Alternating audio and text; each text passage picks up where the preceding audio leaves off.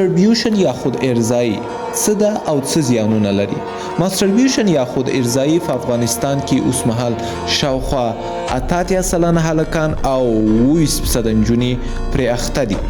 دا یوازې تر نارینه‌وو پورې نه ده محدود. ولې موږ پرې اخته کیږو؟ یوه ډېره ښکاره پوښتنه. زه یې تاسو ته لاملونه وایم. لومړی له خدای جل جلاله څخه لرېوالی، دوهم د کار نشتون، دریم په خپلو افکارو باندې کنټرول نه لرل، څلورم له سوشل میډیا څخه زیاته استفاده، پنځم د منفي افرادو سره ملګرتیا، شپږم د ماستربیوشن یا هم د خود ارضایي اړوند د معلوماتو نه درلودل، په تاوانونو یې نه پوهېدل. اوس دلته راځو څنګه کولی سو له دې ناوړه عمل څخه خلاص شو. لومړی باید تاسو په دې پوه سئ چې دا یو ناوړه عمل ده او هیڅکله هم په اسلام کې هم دې ته جواز نشته چې تاسو د خود ارضایي وکړئ، ځکه دا تاسو ته جسمي، رواني، ذهني، عاطفي دا ټول ضررونه تاسو ته رسوي. خلک له تاسو څخه فاصله نیسي، په خپل ځان مو باور ښکته راځي. همدارنګه خلک نور باور په تاسو نه کوي، تاسو سره معاملې نه کوي. دا په غیر اختیاري ډول داسې دی لکه یو بل سره وصلي. خلکو باور په تاسو باندې کمیږي، معاملې نه درسره کوي. همدارنګه په تاسو باندې باور کول یې ښکته راځي. همدارنګه خپله کورنۍ به په ښه سترګه نه درته ګوري.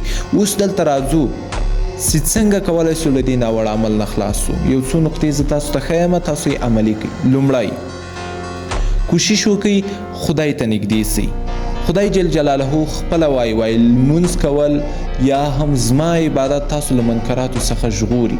نو کوشش وکړئ 5 وخته لمونځ وکړئ په جماعت سره. دا به تاسو له دې ناوړه عمل نه وژغوري. دوهم مصروفیت ځان ته پیدا کړئ. مصروفه اوسئ. څومره چې تاسو یوازې یاست، څومره چې تاسو کار نه کوئ، څومره چې تاسو عملا په یو کار کې مصروفه نه یاست، نو دا د دې باعث کیږي چې ذهن ته مو مختلف او ناوړه فکرونه راځي. دریم ټولنیزې رسنۍ مو کنټرول کړئ. څه چې تاسې ګورئ ستاسو په روان، جسم، ذهن هر څه باندې مستقیما اغیزه کوي. کوشش وکړئ ټولنیزې رسنۍ کنټرول کړئ او هغه افراد بلاک کړئ، لرې کړئ، نوې صفحې له امله جوړې کړئ چې هغوی نیمه بربنډ یا هم بربنډ عکسونه، ویډیوګانې، ډانسونه پورته کوي.